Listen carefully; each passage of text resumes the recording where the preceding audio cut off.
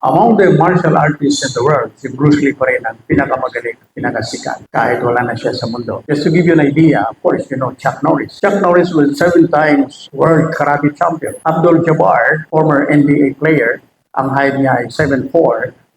Bruce Lee was only 5'8". Sinipa sa mukha si Jabbar. Now, ano ang sekreto ni Bruce Lee? Focus. In his own language, sabi ni Bruce Lee, the successful warrior is the average man with a laser-like focus. In other words, tayong mga tao, kahit hindi tayo masyado matalino, kahit hindi tayo masyado magaling, kung mayroon tayong focus sa buhay, magiging successful tayo. That's why in relation to that, Bruce Lee said, I am not afraid of an opponent who practiced 10,000 kicks. I am more afraid of an opponent who practiced only one kick 10,000 times. That speaks of focus. So, ang sekreto pala ng buhay para ma-successful tayo, maging happy tayo, maging significant tayo is focus.